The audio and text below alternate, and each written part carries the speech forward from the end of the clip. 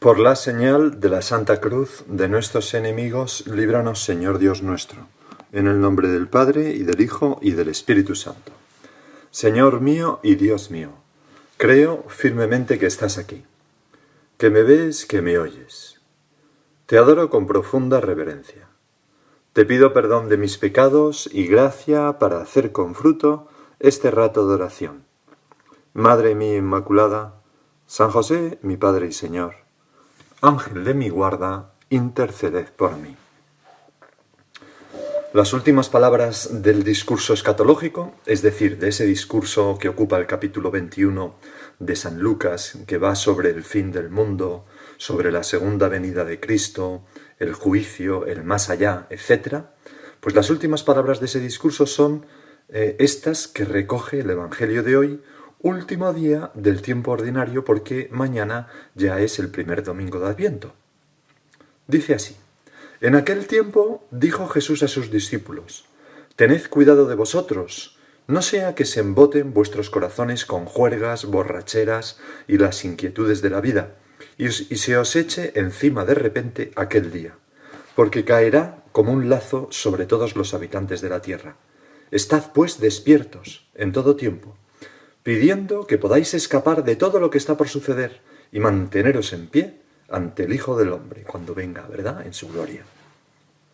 Bueno, fijaros, tened cuidado, estad despiertos, manteneos en pie. Jesús nos urge, nos avisa, nos advierte del peligro, un peligro tremendo, pavoroso, pero real, que es no haber sabido vivir esta vida cara a la eternidad, desperdiciar esta vida y no aprovechar para amar y hacer méritos para la otra. Dejar embotar nuestro corazón con juergas, borracheras y las inquietudes de la vida, cuando hay algo que da más sentido a nuestra vida, que es cuidar con sacrificio a los demás, amarles, amar a Dios.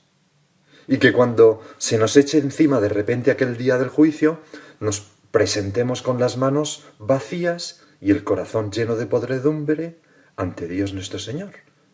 Eso es lo que tú, Jesús, nos dices: tened cuidado, estad despiertos, manteneos en pie, no sea que seamos condenados. Y me gustaría contar un pequeño...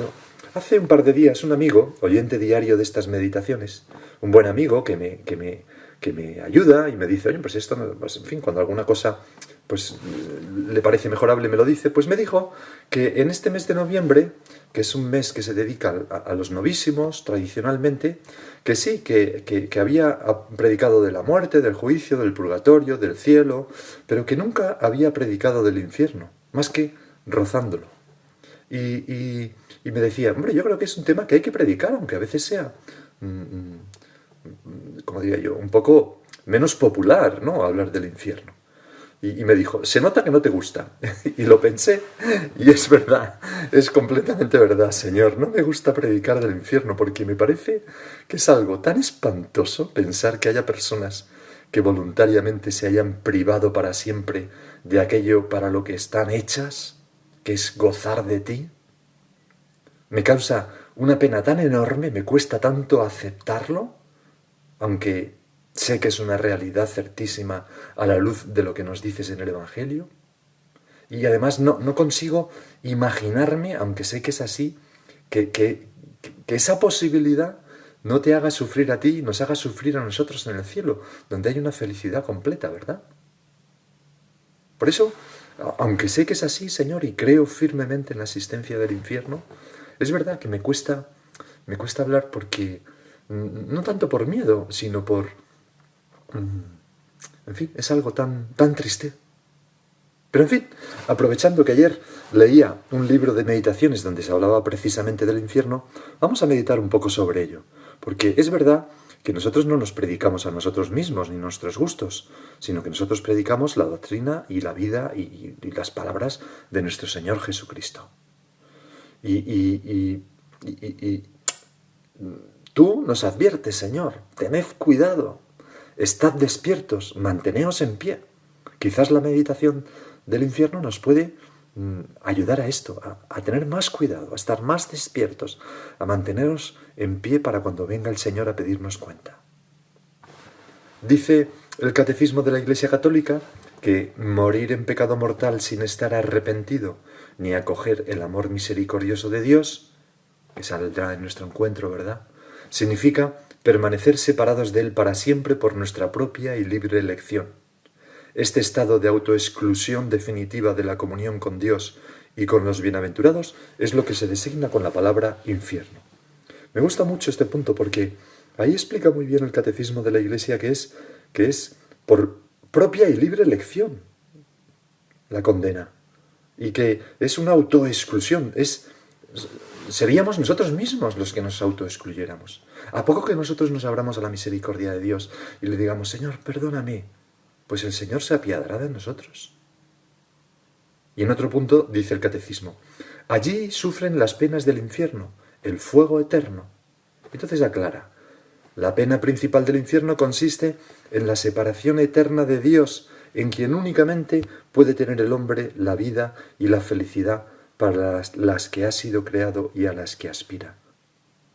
Señor, esto lo entendemos tan fácilmente porque nos consuela tanto tu trato, tu amistad, tu amor aquí en esta vida.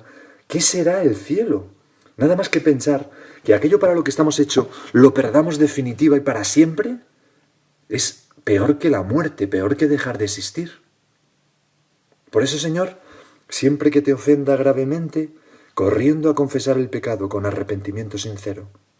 Y si no puede ser tan pronto como me gustaría, pues haré un acto de contrición tan perfecto como sea capaz. Señor, me duele de todo corazón haberte ofendido. Siendo tan bueno como tú eres, perdóname, apiádate de mí y dame tu gracia. Bien sabes tú que me gustaría poderte pedir perdón de rodillas en la confesión ahora mismo, pero no me es posible y lo haré cuanto pueda. Pero mientras tanto, por favor, Señor, perdóname. Así hemos de rezar tantas veces. Si tenemos la desgracia de cometer un pecado grave que puede hacernos merecer el infierno. Para que el Señor nos perdone ya en ese momento, aunque lógicamente tenemos que ir a la confesión. Sabemos que si el acto de contrición es perfecto, se nos perdona el pecado.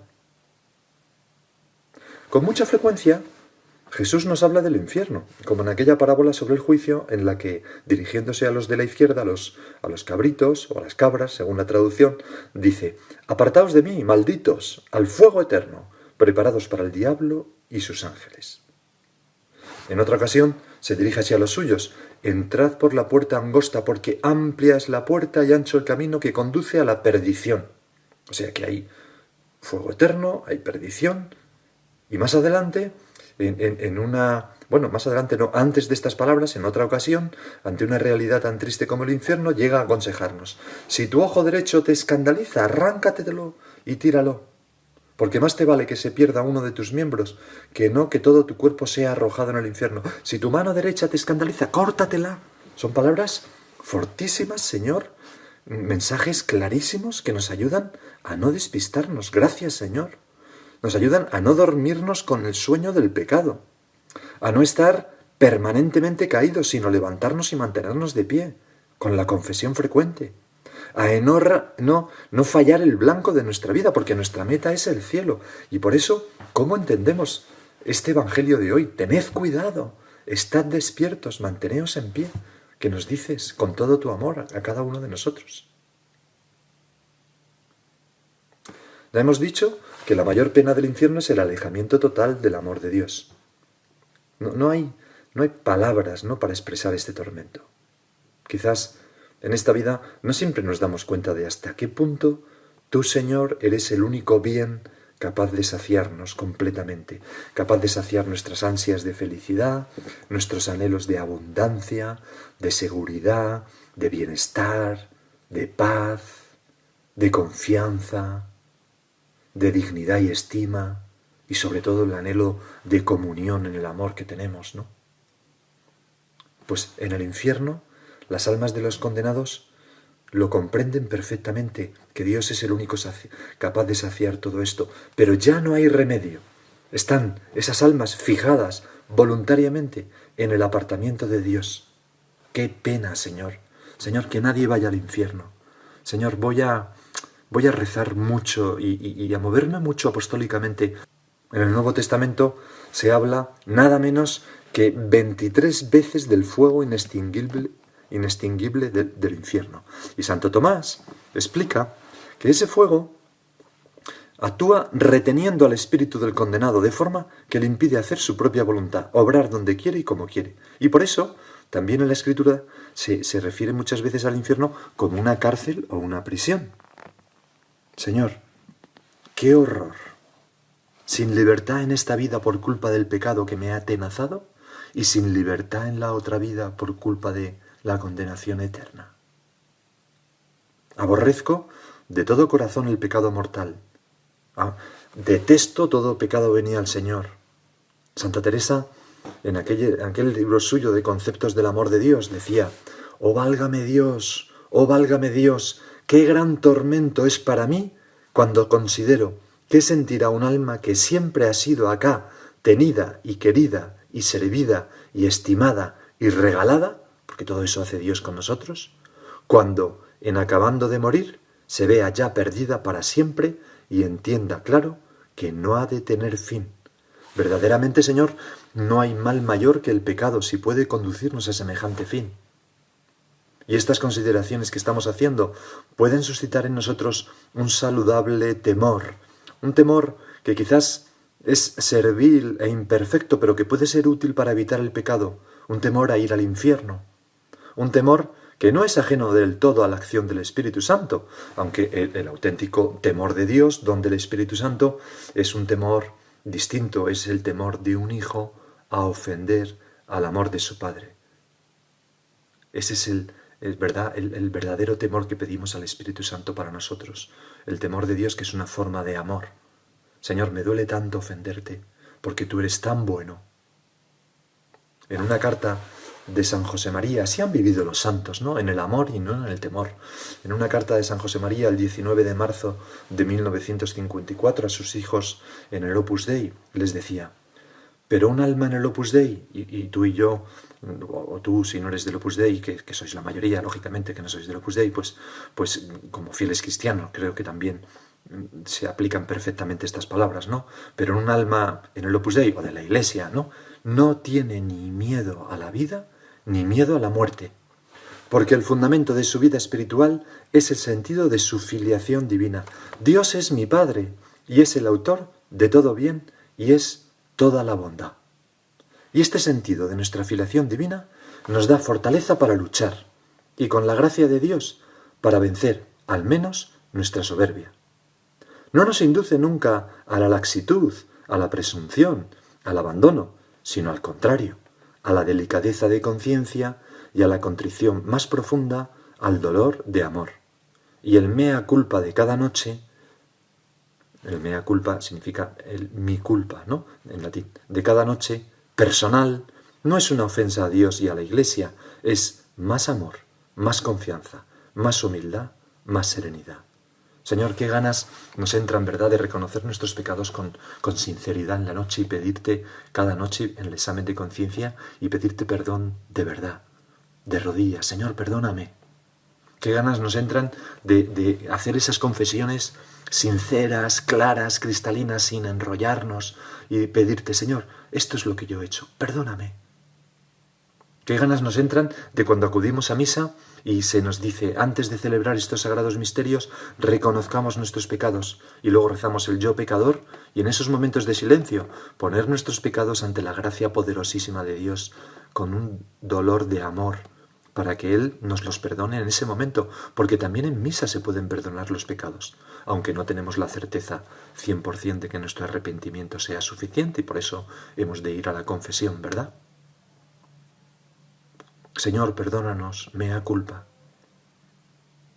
Brota espontánea la idea de desagraviar y de reparar por nuestros pecados. San José María también escribía en el Vía Crucis: ahora, cuando el alma está en camino y todavía es tiempo, contrición profunda por nuestros pecados, dolor por la malicia inagotable de los hombres que se apresta a dar muerte al Señor, reparación por los que todavía se obstinan en hacer estéril el sacrificio de Cristo en la cruz. Ahora es el momento, Señor. Ahora estamos a tiempo de hacer penitencia. ¿Cómo? Pues ofreciendo los sufrimientos, por ejemplo. ¿Cuántas veces en esta vida padecemos un disgusto, tenemos una enfermedad, nos duele algo, sufrimos un revés económico, mil cosas? Pues vamos a coger esas cosas que nos hacen sufrir y decir, Señor, esto te lo ofrezco en perdón de mis pecados y los de todos los hombres. Apiádate de nosotros, Señor. Y es una forma de ir purificando nuestra alma ya en esta vida. Ahora es el momento. También la vergüenza a veces de confesar un pecado que nos da gran vergüenza, ¿no? Pues el pasar esa vergüenza quizás con nuestro confesor habitual, pues es también parte de la penitencia, ¿no? Para que ese pecado no sea completamente perdonado. Y otra consecuencia que brota en nuestras almas de la meditación del infierno, Señor, es la necesidad de hacer mucho apostolado, especialmente con los más alejados de ti. ¡Qué responsabilidad! ¡Qué responsabilidad! Que una persona que ha convivido conmigo, que ha pasado tiempo junto a mí, pueda condenarse, Señor, y yo no le haya ayudado. Es algo tremendo. Todos somos responsables de todos. Recuerdo que no recuerdo quién fue, un santo, o quizás no es un santo y es un autor espiritual, cuenta un sueño en el cual pues, se imaginaba que su alma era llevada al cielo, ¿no? Después de fallecer, y entonces allí el ángel que le acompaña, su ángel de la guarda, el primero le hace ver una habitación terrible donde están montones de personas, o al menos algunas personas, sufriendo los dolores del infierno, y ahí pues como eso, con gran sufrimiento, y entonces le entra un horror, un sudor frío, pero aún más cuando se da cuenta de que las caras de esas personas son rostros conocidos por él, personas que él ha tratado y que están en el infierno. Y entonces anota, claro, me llené de terror al pensar que si esas personas están ahí y yo no he hecho nada para ayudarles, mi juicio va a ser muy duro. Pero entonces, mientras le conduce al juicio, aquel ángel le lleva a otra habitación y ahí se encuentra a un montón de personas, muchas más que las otras, gozando en un paraíso, en un sitio espectacular, precioso, donde emana agua, con animales paciendo, etc. ¿No? Y entonces se vuelve a fijar y se da cuenta de que muchas de esas personas las conoce. Son personas a las que él había ayudado espiritualmente. Les había acercado a la confesión, etc. Y entonces allí se llenó un poco de esperanza de que quizás no fuera tan severo el Señor en el juicio. Bueno, pues ojalá, Señor, mi habitación de condenados esté vacía y la de salvados esté muy llena. Empezando por mí. Naturalmente, cada uno de nosotros, ¿verdad? Queremos estar allí. Y ojalá que nadie se condene, Señor. Apiádate de todos los hombres. Dales una oportunidad a todos en el último momento. Es tan terrible frustrar así una existencia. Señor, que te pedimos que por tu gran misericordia ampares a todos los hombres y les des esa oportunidad. Nadie está tan activa como nuestra Madre la Virgen, refugio de los pecadores, para evitar que las almas caigan en el infierno. En sus manos nos ponemos ahora nosotros y ponemos a todos, todo el mundo, para que pueda usarnos como instrumentos suyos para ayudar a las almas y que nadie, Señor, pase a mi lado y no reciba como la gracia, la oportunidad, el impulso, el ánimo para acercarse a ti y irse al cielo. Que al final, como decía San Juan de la Cruz, al final de la vida el que se salve sabe y el que no, no sabe nada. Aunque ahora me entra la duda de si era San Juan de la Cruz o San Agustín. Pues ahí lo dejamos, ahora medita tú por tu cuenta.